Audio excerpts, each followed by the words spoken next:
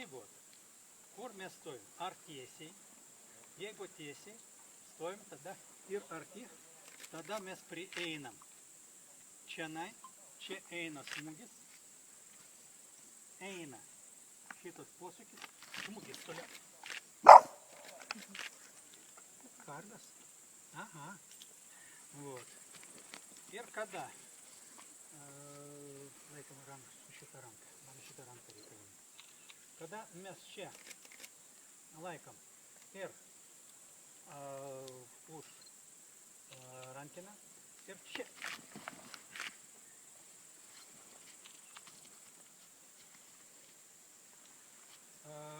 Eina smūgis, ranka, aišku, per stipriai turbūt smūgiuoju.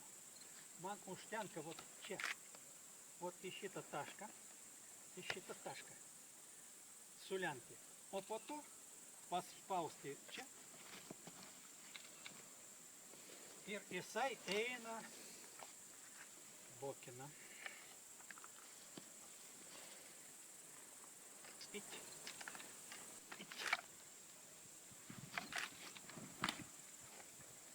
Nereikia inventorių vadinti. Na, va. Ir jeigu aš padarysiu teisingai, tai iš karto mes ir jisai jau kris praktiškai šitą dešinės pusės. Man reikia padaryti žingsnį atgal. Čia. Tas pats.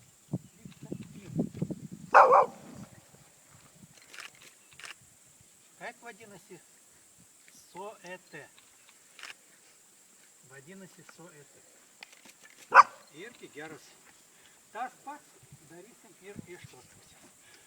Поймките боком и уйти в сторону. Если я не удержу, чтобы меч прошел мимо. Раз. Дальше идет удар. С поворотом. Дальше я поворачиваю уже двумя руками, разворачиваю меч, так, чтобы лезвие шло по... А дальше локтем довожу до конца. И уйти в сторону. Если я не удержу, чтобы меч прошел мимо. Раз. Дальше идет удар. С поворотом. Дальше я поворачиваю уже двумя руками, разворачиваю меч, так, чтобы лезвие шло по... А дальше локтем